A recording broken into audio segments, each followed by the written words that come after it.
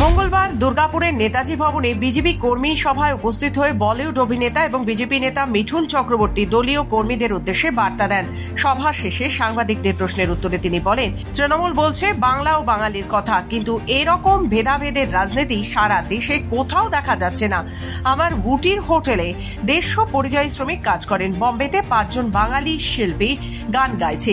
আমরা সবাই ভারতীয়। এই ভেদাভেদের কোনো গুরুত্ব নেই। মিঠুন চক্রবর্তী আরও জানান, বিজেপি হচ্ছে হিন্দুদের রাজনৈতিক দল, সনাতন আমাদের উৎস। এই বক্তব্যের মাধ্যমে তিনি দলের আদর্শকে তুলে ধরেন এবং জাতীয় সংহতির বার্তা দেন। আজকের বার্তা ওই একই, আমরা একসাথে নিচে এসে লড়ব। সমস্ত সনাতনীদের একসাথে নিচে আসার জন্য আহ্বান জানিয়েছি। প্লিজ, এখন সনাতনী জেগেছে, সব কিছু উৎস তো সনাতন, সব কিছু উৎস সনাতন। কেউ মানে না, কোনো সম্প্রদায় মানে না, কিন্তু মানতে হবেই। সব থেকে পুরনো হলো সনাতন। আমরা সনাতনী, আমরা হিন্দু বলি, কিন্তু উৎস আমাদের সনাতন। সেই জন্য সবার সামনে বলি যে গর্ব সে কহো হাম সনাতনী। দুর্গাপুর থেকে নিজস্ব প্রতিনিধি রিপোর্ট, খবর বাংলা। কমফোর্টেবল ম্যাট্রেস মানেই RRK ম্যাট্রেস।